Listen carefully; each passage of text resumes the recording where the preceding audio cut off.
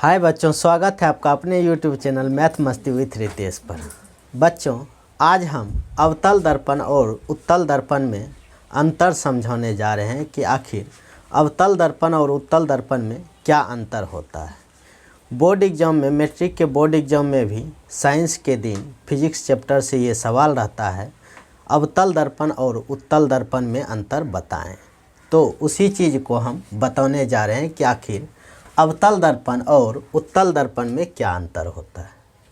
तो उसके लिए हम समझाने के लिए ये सारा फिगर बना दिए हैं ताकि अच्छे से उस चीज़ को समझ पाएँ।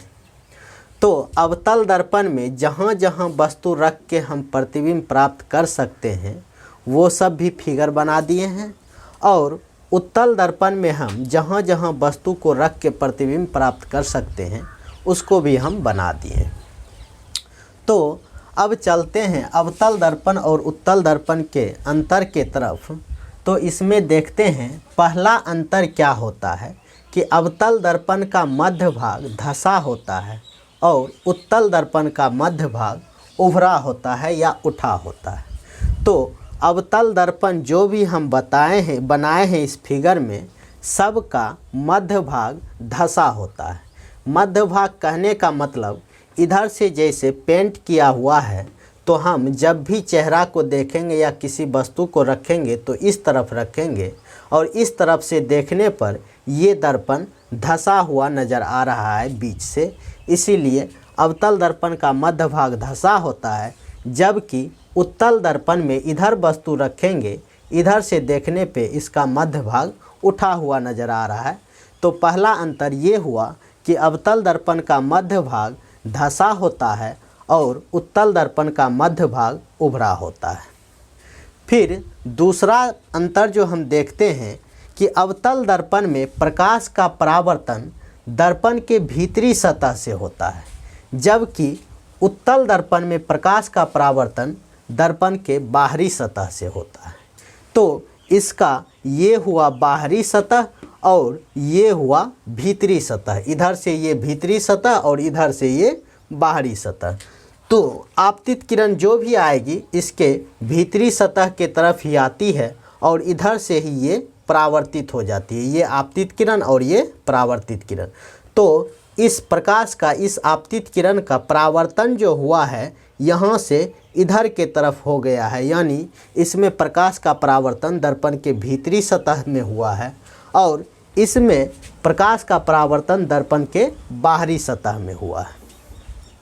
फिर तीसरा अंतर है कि गोलीय दर्पण के बाहरी सतह को रजतित या कलर करने से अवतल दर्पण बनता है और गोलीय दर्पण के भीतरी सतह को रजतित या कलर करने से उत्तल दर्पण बनता है।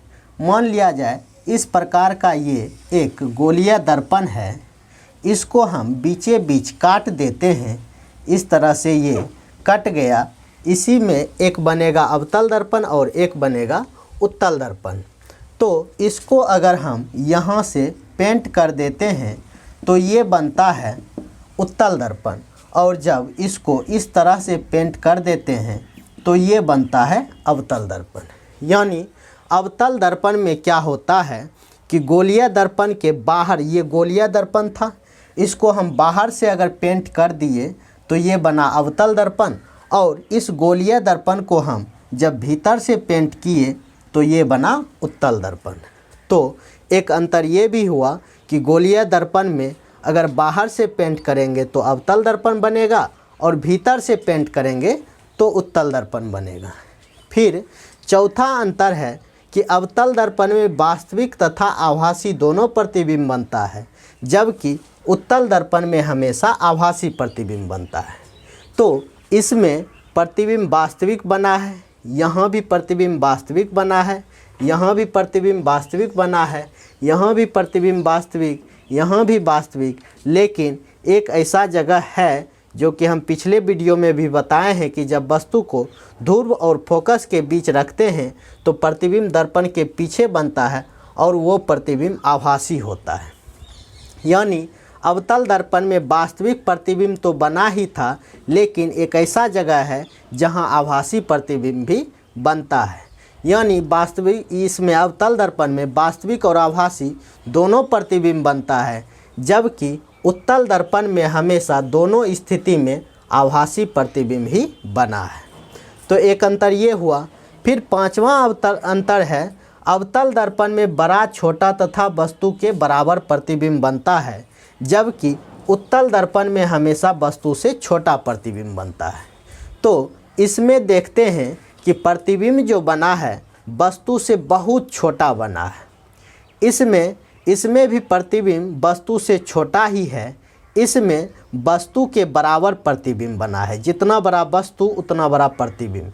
यानी इस दोनों में प्रतिबिंब वस्तु से छोटा बना है, इसमें बराबर बना है, और इसमें प्रतिबिंब वस्तु से बड़ा बना है, इसमें भी प्रतिबिंब वस्तु से बड़ा बना है, और इसमें भी प्रतिबिंब वस्तु से बड़ा बना है। यानी अवतल दर्पण में प्रतिबिंब छोटा, वस्तु के बराबर तथा वस्तु से बड़ा प्रतिबिंब बनता है, जबकि उत्तल दर्पण में हमेशा वस्तु से छोटा प्रतिबिंब ही बनता है। इसमें भी वस्तु से बहुत छोटा प्रतिबिंब बना है, इसमें भी वस्तु से छोटा प्रतिबिंब बना है। यानी उत्तल दर्पण में हमेशा वस्तु से छोटा प्रतिबिंब ही बनता है, जबकि अवतल दर्पण में प्रतिबिंब वस्तु से बड़ा, छोटा और बराबर तीनों तरह का बनता है। फिर छठा अंतर है, अवतल दर्पण में वस्तु से उल्टा तथा सीधा दोनों प्रतिबिंब बनता है, जबकि उत्तल दर्पण में हमेशा सीधा प्रतिबिंब बनता है। तो यहाँ प्रतिबिंब बना है वस्तु की अपेक्षा उल्टा, यहाँ भी उल्टा, यहाँ भी उल्टा, यहाँ भी उल्टा, यहाँ भी उल्टा, लेकिन यहाँ सीधा प्रतिबिंब बना है। यानी जिस तरह से वस्तु उसी तरह से उसका प्रतिबिंब। यानी अवतल दर्पण में उल्टा और सीधा दोनों प्रतिबिंब बनता है, जबकि उत्तल दर्पण में हमेशा सीधा प्रतिबिंब ही बनता है। यहाँ भी प्रतिबिंब सीधा है वस्तु की अपेक्षा, और यहाँ भी प्रतिबिंब वस्तु की अपेक्षा सीधा ही है। तो छठा अंतर है कि अवतल दर्पण में वस्तु से उल्टा तथा सीधा दोनों प्रतिबिंब बनता है, जबकि उत्तल दर्पण में हमेशा सीधा प्रतिबिंब बनता है। तो मैट्रिक के बोर्ड एग्जाम में ये क्वेश्चन रहता है, अगर इस ढंग से लिख देंगे तो हमें अच्छे नंबर ज़रूर मिलेंगे। तो अगर ये वीडियो पसंद आया तो हमारे चैनल को सब्सक्राइब करना और वीडियो को ज़्यादा से ज़्यादा लाइक और शेयर करना। Thank you.